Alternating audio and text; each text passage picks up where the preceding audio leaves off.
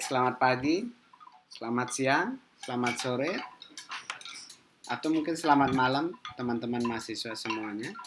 Hari ini kita berjumpa lagi dalam mata kuliah koperasi dan lembaga keuangan. Ini adalah materi pertama saya di pertemuan pertama. Mengenai kontrak perkuliahan dan lain-lain saya bagikan secara tertulis di Classroom. Sedangkan materi saya bagikan dalam bentuk video. Oke, mata kuliah ini diampu oleh dua orang dosen, Ibu Maria Bano, Insinyur Ibu Maria Bano MP, dan saya sendiri Wayan Nampa. Baik, kita lanjut. Nah, pada bagian pendahuluan ini saya akan berbicara tentang koperasi dan kenapa kita belajar tentang koperasi. Koperasi itu adalah merupakan soko guru dari perekonomian Indonesia. Kenapa dibilang sebagai soko guru? Karena koperasi merupakan tulang punggung dari perekonomian. Koperasi di sini dimaknai sebagai watak terhadap sistem perekonomian yang kita harapkan sejak Indonesia merdeka. Koperasi itu menganut paham ekonomi yang berdasarkan prinsip gotong royong. Kalau kalian mendengarkan pidato Insinyur Soekarno ketika dalam persiapan kemerdekaan Indonesia, ketika memaparkan Pancasila, maka Pancasila bisa diperas menjadi Trisila dan bisa diperas lagi menjadi Ekasila. Artinya, apa itu Ekasila? Itulah gotong royong. Sehingga koperasi merupakan falsafah dasar dari perekonomian Indonesia. Nah, kalau kita melihat dari Undang-Undang Nomor 25 Tahun 1992 tentang perkoperasian, koperasi adalah badan usaha yang beranggotakan orang per orang atau badan hukum dengan melandaskan kegiatan berdasarkan prinsip koperasi sekaligus sebagai gerakan ekonomi rakyat yang berdasarkan atas asas kekeluargaan. Apa yang dimaksud dengan atas kekeluargaan? Di sini semua dibangun untuk kesejahteraan bersama. Dibangun secara bergotong royong, dibangun untuk kesejahteraan kekeluargaan. Semua anggota menjadi satu keluarga sehingga tidak ada keluarga yang terlalu kaya dan tidak ada keluarga yang terlalu miskin ditinggalkan. Itulah prinsip dasar koperasi. Ketentuan dasar pelaksanaan perekonomian dengan corak koperasi itu sangat kuat dicantumkan dalam Undang-Undang Dasar 1945, khususnya di pasal 33 ayat 1 yang menyebutkan perekonomian disusun sebagai usaha bersama berdasarkan atas asas kekeluargaan. Ada dua prinsip dasar yang kita harus pahami, garis bawahi bersama.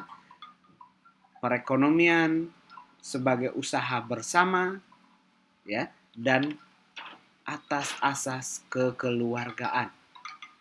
Bagaimana kekeluargaan? Kekeluargaan di sana tinggi sama dijunjung, duduk sama rendah. Jadi semua rata. Kalau tinggi semua, kalau rendah semua. Nah, kenapa menjadi soko guru perekonomian Indonesia koperasi ini? Karena dalam koperasi itu mendidik sikap self-helping, artinya menolong diri sendiri, kemandirian. Soekarno pernah mengajarkan berdikari, berdiri di kaki sendiri.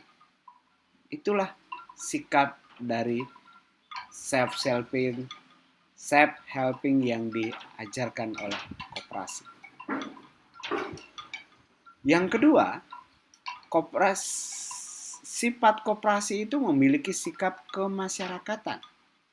Apa itu sikap kemasyarakatan? Itu adalah sikap di mana kepentingan umum, kebersamaan itu menjadi hal yang utama. Koperasi bertentangan dengan hal-hal yang bersifat individualis. Semua harus dibangun secara bersama-sama, kemasyarakatan, jadi sejahtera bersama. Nah, yang ketiga, kenapa koperasi ini menjadi sokoguru? Karena koperasi itu digali dan dikembangkan dari budaya-budaya Nusantara. Bahwa sifat-sifat apa yang sudah diuraikan sebelumnya itu semuanya sudah diterapkan dan menjadi kebudayaan Nusantara.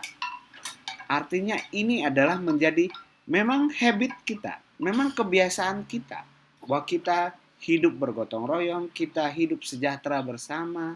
Salah satu contohnya kita di NTT misalnya, kalau ada anak saudara di kampung yang sekolah, mungkin kalian salah satu di antaranya yang punya keluarga di kota, maka diikut ditampung, diberikan tempat tinggal untuk bisa hidup sejahtera bersama. Itu bagian dari budaya Nusantara yang memiliki sikap gotong royong dan sikap kemasyarakatan, bahwa berbagi, berkontribusi terhadap kemajuan bersama. Nah, seperti yang saya sampaikan sebelumnya, bahwa koperasi itu menentang segala paham individualisme dan kapitalisme. Apa itu individualisme? Mementingkan diri sendiri di atas kepentingan yang lain. Orang berjalan sendiri-sendiri, dan hari ini kita mengalami hal-hal seperti itu. Berarti kita sudah semakin menjauh dari semangat koperasi. Yang kedua, koperasi menentang paham kapitalisme, kapital, modal, pemodal besar yang lebih berkompromi terhadap individualisme. Itu koperasi tidak bisa sejalan dengan prinsip itu. Kenapa? Koperasi menggunakan modal juga dalam mengusahakan perekonomian anggotanya, tetapi modal yang digunakan adalah milik bersama dan untuk kesejahteraan bersama. Oleh karena itu, ketika kita memandang koperasi sebagai sokoguru perekonomian Indonesia, maka dalam pergerakan perekonomian semestinya kita tidak bisa terlepas dari prinsip-prinsip apa yang diajarkan oleh koperasi. Berdikari, bermasyarakat, tidak terlepas dari budaya Nusantara, dan tidak mengembangkan paham individualisme dan kapitalisme. Kapitalisme, bagaimana modal hanya dimiliki beberapa gelintir orang, bekerja dan akhirnya akan menimbulkan kelompok-kelompok proletar, ya, kalau bahasa ininya kelompok-kelompok buruh. Sementara koperasi pekerja sekaligus pemilik usaha yang dijalankan. Itulah hebatnya koperasi yang digagas oleh para ekonom Indonesia.